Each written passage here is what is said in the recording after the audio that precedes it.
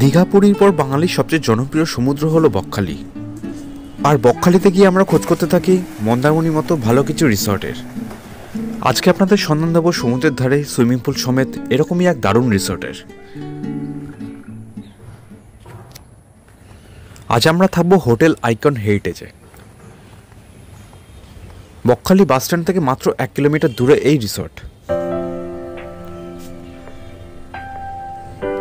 সামনেই রয়েছে অনেকটা পার্কিং স্পেস, তাই গাড়ি নিয়ে এলে কোনো অসুবিধাই হবে না।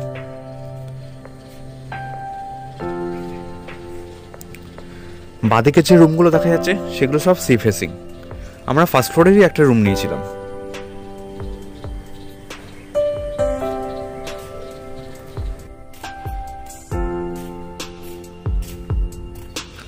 প্রপার্টিটা বেশ বড়, অনেকটা জায়গা জুড়ে অবস্থিত। এই জায়গাটা বেশ সুন্দর সাজানো গোছানো। সামনেই রয়েছে বসার জায়গা।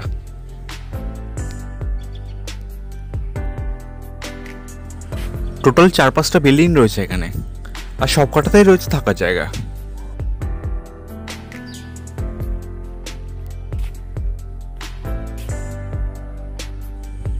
বিল্ডিং এর নিচে রয়েছে ছোট্ট একটি চিলড্রেন্স প্লে এরিয়া। প্লে এরিয়াটা খুবই ছোট, একদম ছোট বাচ্চাদের জন্য। হোটেল আইকন হেরিটেজে থাকার মেন অ্যাট্রাকশন হলো এখানকার সুইমিং পুল। বকখালিতে কিন্তু কোনো ভালো সুইমিং পুলওয়ালা হোটেল নেই, একমাত্র রয়েছে হোটেল আইকন হেরিটেজ। এছাড়া হোটেল দীপক রয়েছে, কিন্তু সেটা ফ্রেজারগঞ্জে। দীপকের অবস্থা কিন্তু খুব একটা ভালো না। তাই সুইমিং পুল যদি আপনাদের ফার্স্ট প্রেফারেন্স হয় তাহলে অবশ্যই হোটেল আইকন হেরিটেজ চুজ করবেন।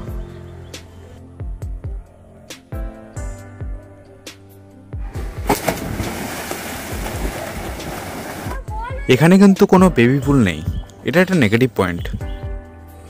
তবে পুলটার ডেপথ খুব একটা বেশি নয়, তাই 8-9 বছরের বাচ্চা কিন্তু আরামসে নামতে পারে।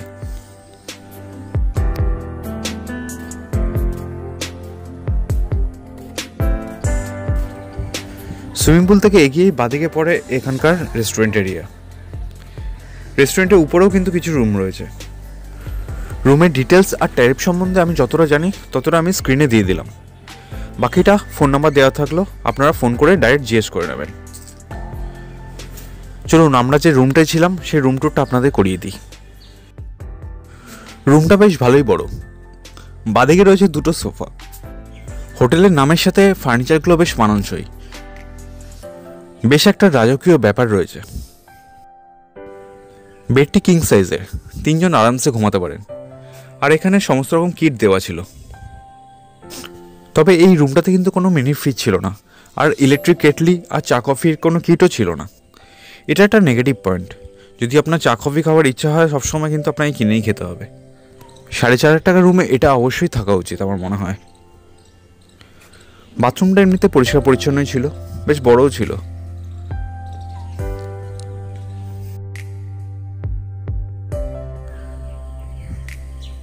ফার্স্ট ফ্লোরে এই রুমগুলোতে একটি করে ব্যালকনি রয়েছে। তবে ব্যালকনিতে যেতে কি আরেক বিভ্রাট। ব্যালকনির স্লাইডিং দরজা ভাঙা। অনেক কষ্টে চেপে চুপে আমরা গেলাম। সি ফেসিং যে রুমটা বলছেন সেটা কিন্তু অনেকটাই দূর, সিটা এখান থেকে দেখা যাচ্ছে 200 মিটার।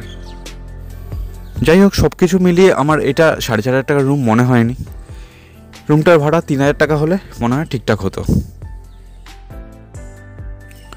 এটি রিসেপশন এরিয়া। এই রিসর্টের সবথেকে বেশি যেটা আমার ভালো লেগেছে সেটা হলো এতটা বড় ওপেন স্পেস। এখানে থাকলে কিন্তু আপনার সেই হোটেল ফিলিংসটাই আসবে না। মনে হবে একটা গ্রামের মধ্যে আপনি রয়েছেন, যেখানে 4-5টা বিল্ডিং রয়েছে। আমাকে যদি সেকেন্ড টাইম চুজ করা যায় বকখালিতে গিয়ে কোথায় থাকবো, আমি কিন্তু হোটেল আইকন হেরিটেজেই থাকবো। হ্যাঁ, কিছু কিছু নেগেটিভ পয়েন্ট তো অবশ্যই আছে, তবে সেগুলোকে কিন্তু একদিনের জন্য ওভারকাম করাই যায়। বাদিকে রয়েছে কিছু নন সি ফেসিং রুম। এই রুমগুলো ভাড়া 3,000 টাকা, কিন্তু এতে কিন্তু ব্রেকফাস্ট ইনক্লুড নেই। আমার মনে হয়েছে এখানে থাকতে গেলে 4,500 টাকার রুমে না থাকে 3,000 টাকার রুমে থাকা বেশি বেটার। কারণ 4,500 টাকা বা 5,000 টাকার রুমে কিন্তু কোনো এক্সট্রা অ্যাডভান্টেজ নেই। এটা রেস্টুরেন্ট এরিয়া। সামনে রয়েছে একটি বিলিয়ার্ডস বোর্ড, তবে সেটা এখনও চালু হয়নি। হোটেল আইকন হেরিটেজের সবথেকে যেটা বেশি ভালো লেগেছে আমার, সেটা হলো এখানকার খাওয়া দাওয়ার কোয়ালিটি আর কোয়ান্টিটি। হাই, আমরা দুপুরবেলা নিয়েছিলাম ভাত, আলু ভাজা, শুক্তো, তার সাথে নিয়েছিলাম একটা চিকেন কষা আর মাছ। এখানে এলে আপনারা কিন্তু অবশ্যই শুক্তোটা ট্রাই করবেন। বিশেষ করুন সবকটা রান্নাই অসাধারণ ছিল। হ্যাঁ, দাম হয়তো একটু বেশি লাগতেই পারে, তবে খাবার কোয়ালিটি আর কোয়ান্টিটি দেখে কিন্তু সেটা কিন্তু আপনার কোনো কিছু মনেই হবে না। রেস্টুরেন্টের পাশে রয়েছে এই সিঁড়ি দিয়ে ছাদে যাওয়া যায়। ছাদ থেকে দূরে সমুদ্রটা দেখা যায়।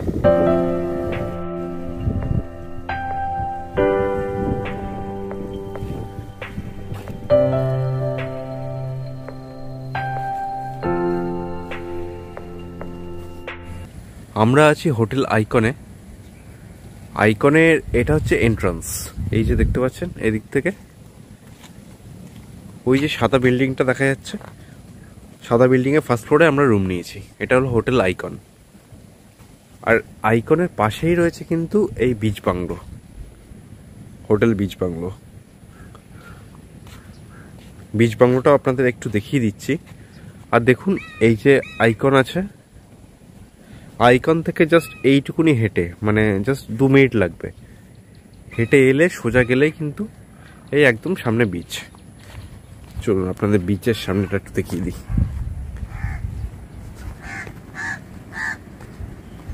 এই দেখুন একদম সামনে বিচ। আপনারা কিন্তু রাত্রিবেলা এসেও এখানে বসতে পারেন। এই জায়গাটা বসা যাবে, এখানে কোনো অসুবিধা নেই, বসার জায়গা করা আছে। তবে রাত্রে কিন্তু অন্ধকার থাকবে, একদম মন্দারমণির মতো সাজানো গোছানো থাকবে না। Hotel beach bungalow, phone number দেওয়া আছে, কিন্তু এখানে কিন্তু সুইমিং পুল নেই। আমার ছেলে সুইমিং পুলটা পছন্দ বলে আমরা হোটেল আইকনটাই নিয়েছিলাম, কিন্তু আপনি লোকেশনের দিক থেকে দেখতে গেলে কিন্তু বিচ বাংলো একদম সামনে। বিচ বাংলোটা বেশ ভালোই লাগবে আপনার, অনেকটা গাছগাছালি দিয়ে ঘেরা চারিদিকটা।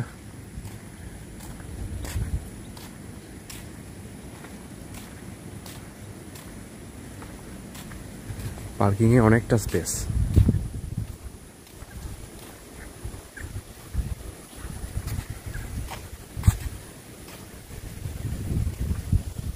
বিশেষ করে এই উপরের রুমগুলো নিতে পারলে বেশ ভালোই লাগবে, একদম রুম থেকেই সমুদ্র দেখতে পাবেন।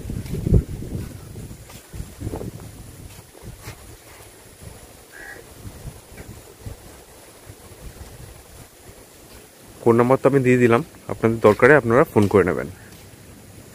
এখানে একটা দোলনা করা হয়েছে।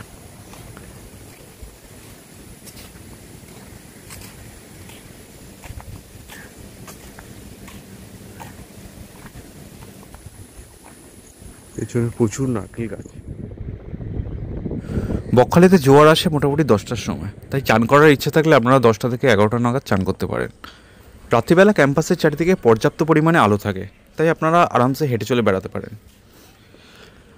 তবে এখান থেকে যদি আপনারা বকখালির মেন বিচে যেতে চান, সেটা কিন্তু 1 কিলোমিটার দূরে। আপনারা যে টোটোর সাথে সাইট সিইং করবেন তাকে বলে রাখলে সে কিন্তু আপনাদের নিয়ে যাবে মেন বিচে। আমি টোটো ড্রাইভারের নাম্বারটা এখানে শেয়ার করে দিলাম। রুমের ট্যারিফের সাথে ব্রেকফাস্ট ইনক্লুড ছিল, কিন্তু কোনো বাফেট ব্রেকফাস্ট ছিল না।